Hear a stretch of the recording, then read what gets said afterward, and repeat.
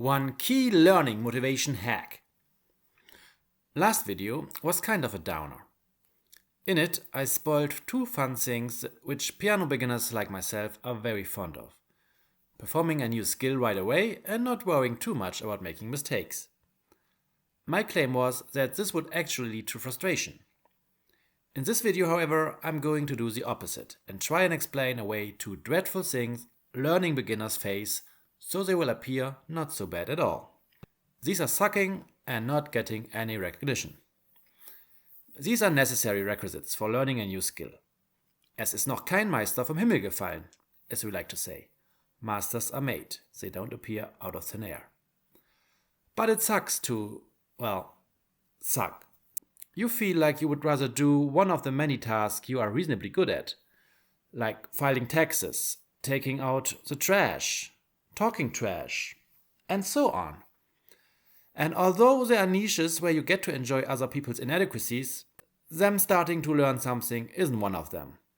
So don't expect people to enjoy subpar performances. You don't either. So what to do about that? You need to ask yourself one very important question. What do you want? This is a silly conversation. Do you want to write a novel?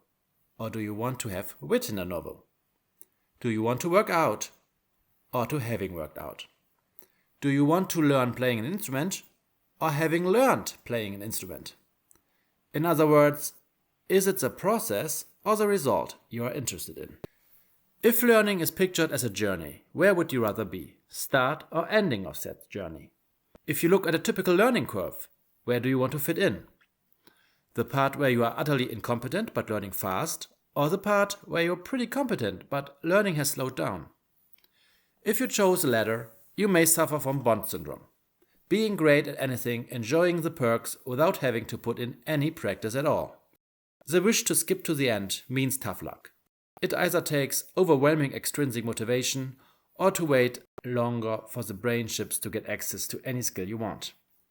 At least as long as your subscription doesn't get cancelled. On the other hand, if your answer is focused on the journey itself, there's hope. I'm a bit confused. Here's a motivation booster to make this easier. Think of a toddler building something, like a toy tower. After the last block is in place, the tower is knocked down, without any regret. Why? Doesn't this toddler feel any pride in the accomplishment? Any need to show it off for many days to parents and potential rival toddlers building their own towers? No. It's just that the action of building is enough in itself. There's no purpose, just play. Oftentimes, he or she will just start building again immediately, so they are not fed up with the task. They just don't care about results or what other people think.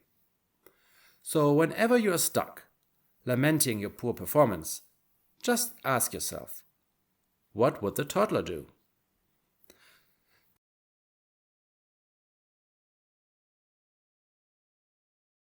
No, don't knock over the piano. It was a metaphor.